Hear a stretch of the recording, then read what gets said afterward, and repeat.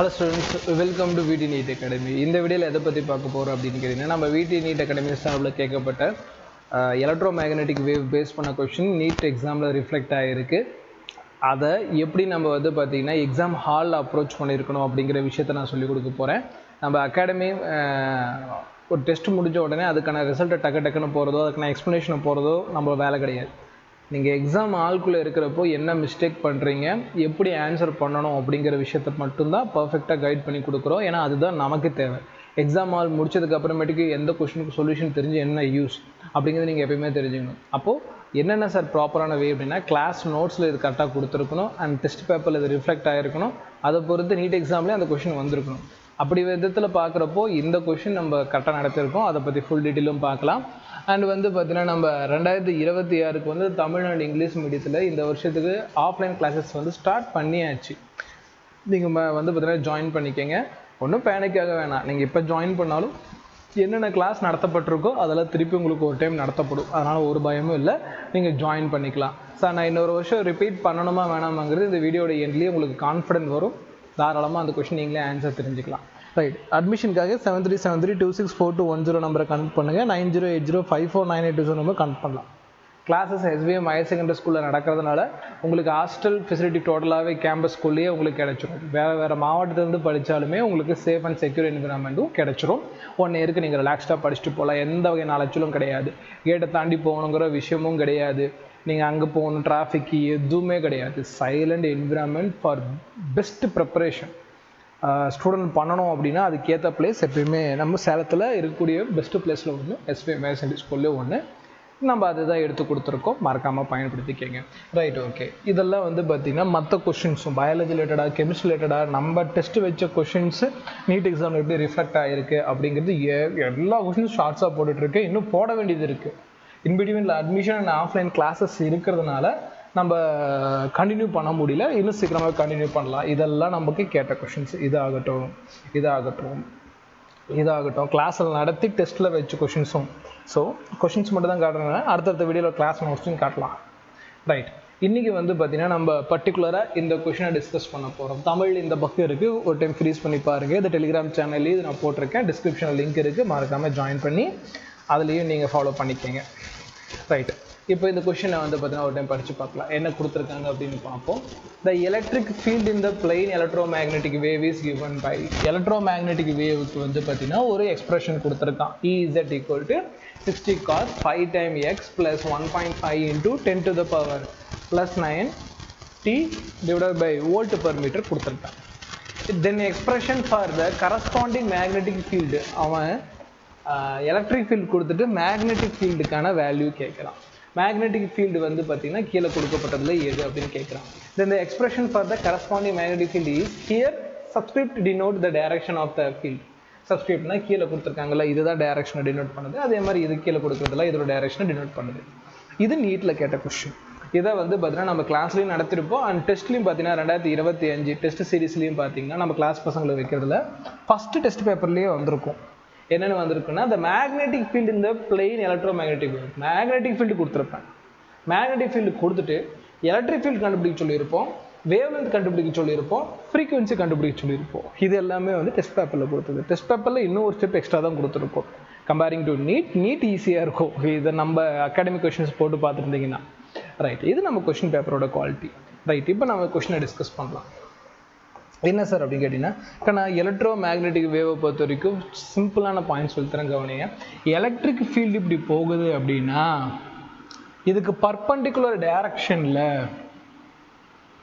Magnetic field travel ஆகுது.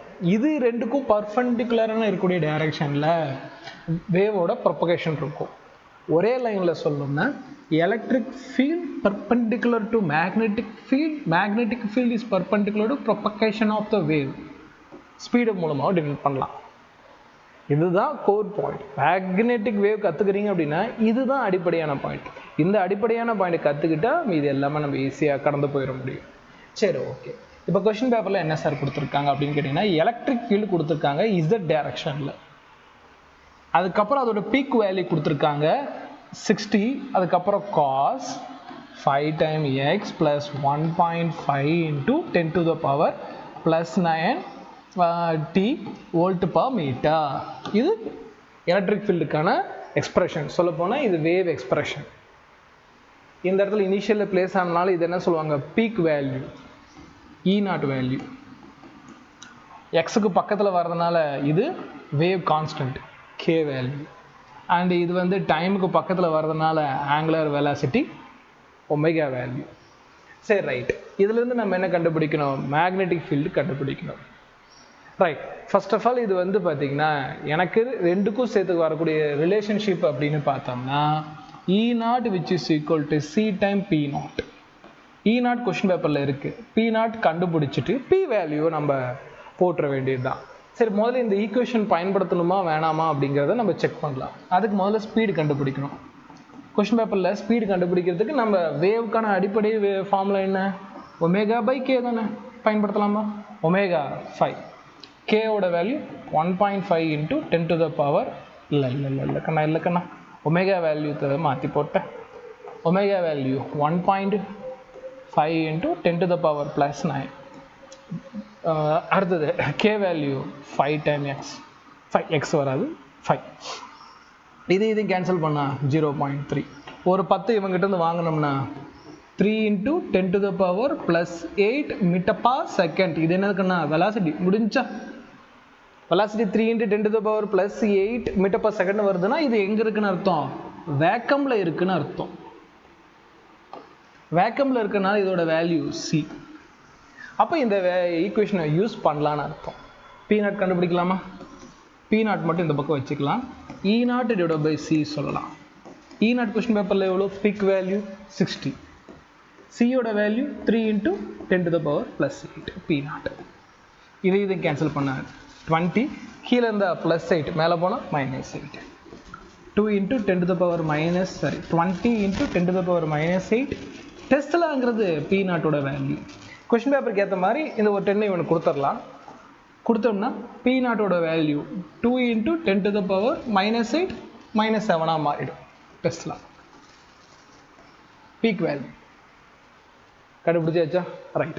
இதுக்கு மேலே நமக்கு என்னது, சிம்பிளான அப்படியே கன்வர்ஷன் மட்டும்தான். என்ன சார் கன்வெர்ட் பண்ண போகிறீங்க அப்படின்னு கேட்டிங்கன்னா, நான் கொஸ்டின் பேப்பரில் என்ன கொடுத்துருக்காங்க ஒரு டைம் ரீகால் பண்ணுங்கள் வேகமாக. Z டைரக்ஷனில் எலக்ட்ரிக் ஃபீல்டு எவ்வளோ, 60 cos 5x + 1.5 into 10 to the power +9 T into volt per metre. சரிம்மா, EZ வேல்யூ. இப்போ நம்ம என்ன பண்ணுறோம், மேக்னெட்டிக் ஃபீல்டு கண்டுபிடிச்சோம். Magnetic field first P equal to peak value எவ்வளோ கண்டுபிடிச்சோம், 2 இன்ட்டு 10 to the power -.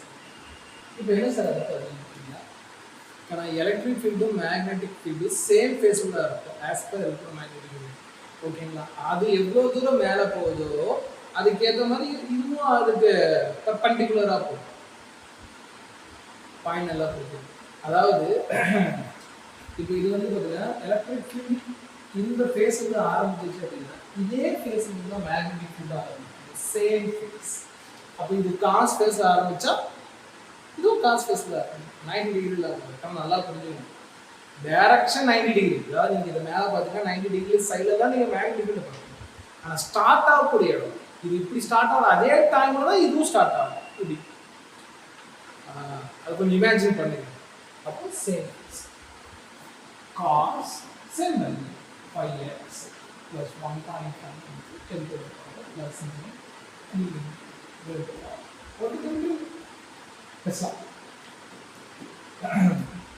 இது என்னது மேக்னெட்டிக் ஃபீல்டுக்கான எக்ஸாம்பிள். இது அண்டர்ஸ்டாண்ட் ஆச்சா? இன்னும் ஒரே ஒரு பாயிண்ட், ஒரே ஒரு சின்ன விஷயம், என்னது டைரக்ஷன். எப்படி சார் டைரக்ட் ஆனால் கொஸ்டின் பேப்பரில் தெளிவாக கொடுக்கலாம். ஈயோட வேல்யூ, அது ஈயோட வேல்யூ டைரக்ஷன் எனக்கு கொஞ்சம் தெளிவாக தெரியுது. என்ன அப்படின்னு கேட்டீங்கன்னா இது டைரக்ஷன்.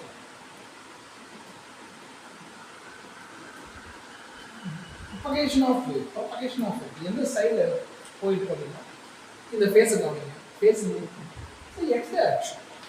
சிம்பிளாக ரெண்டுமே ப்ளஸில் வந்தால் நெகட்டிவ் எக்ஸ் டைரக்ஷன். அந்த அளவுக்கு ஒன்று தான் தெரிஞ்சது தேவையில்லை. இப்போ இருந்தாலும் சொல்லியிருக்கேன் ரெண்டுமே பாசிட்டிவ் வரணும். இது நெகட்டிவ். அப்போ நெகட்டிவ் எக்ஸ் டைரக்ஷன். அவ்வளோதான் முடிஞ்சு. Electric field is direction. Wave of propagation minus X direction. X direction மட்டும் ஞாபகம் வச்சுங்க. இது இசட் டைரக்ஷன், இது எக்ஸ் டைரக்ஷன். அப்போ இதுக்கு 90 டிகிரியில் யார் வருவா? Magnetic field. அப்போ என்ன வரும் நமக்கு? இது இசட்டு, இது எக்ஸ்னா விடுபட்ட போன ஒரே ஒரு ஆக்சிஸ் ஒய் ஆக்சிஸ், அவ்வளோதான். இதுதான் எலக்ட்ரிக் ஃபீல்டு கொடுத்துருந்தாங்க அப்படின்னா அதிலிருந்து மேக்னெட்டிக் ஃபீல்டு எடுக்கிறதுக்கான பாயிண்ட்ஸு. ஒரு டைம் சாய்ஸில் இருக்கான்னு செக் பண்ணிக்கலாமா? செக் பண்ண முடிஞ்சா இதை நீங்கள் ஹோம்ஒர்க்காக போடுங்க. சார் இது உங்களுக்கு ஹோம்ஒர்க்காக தரேன். நம்ம அகாடமி ரிலேட்டடாக வச்சு கொஸ்டின்ஸ் உங்களுக்கு ஹோம்ஒர்க்காக தரேன். பாருங்கள், இதில் பாருங்கள். இதில் பர்டிகுலர் பாயிண்டில் செக் பண்ணி பார்க்கலாமா? பர்டிகுலர் பாயிண்டில் நீங்கள் செக் பண்ணி பார்த்தீங்கன்னா இங்கே பாருங்கள், பி ஒய் டைரக்ஷனில் இந்த சாய்ஸில் இருக்குது. சைன் கிடையாது, டிஃப்ரெண்ட் ஃபேஸ் வராது, same phase. Cos 5x 1.5 × 10⁻⁻ +90 tesla 2 × 10⁻⁻7. அப்போ உங்களுக்கு இதில் என்ன கிடைச்சி? எக்ஸாக்ட் ஆன்சர் வந்துருச்சா? சரியா? ஸோ ஆன்சர் ஆப்ஷன் 4 சூஸ் பண்ணியிருந்தீங்கன்னா குட்.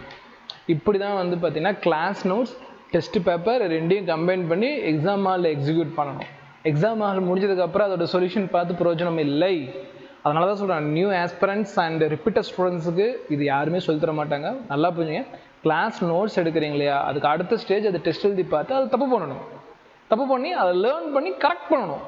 அதை எக்ஸாம் ஹாலில் வரவிடாமல் பார்த்துட்டா யூ ஆர் டாக்டர், யாரும் தடுக்க முடியாது. இதுதான் பாயிண்ட்ஸ். இது கொஞ்சம் தெளிவாக நீங்கள் ஸ்டெப் பை ஸ்டெப் பண்ணிங்கன்னா சூப்பராக இருக்கும். ரைட். இதை நீங்கள் பண்ணுறப்போ ரொம்ப ஸ்ட்ரகிள் அனுபவிக்கிறீங்க அப்படின்னா இது நம்ம அகாடமியில் சார்பில் இந்த 1 இயர் பேட்சில் நம்ம சொல்லிக் கொடுக்குறதே இதுதான்.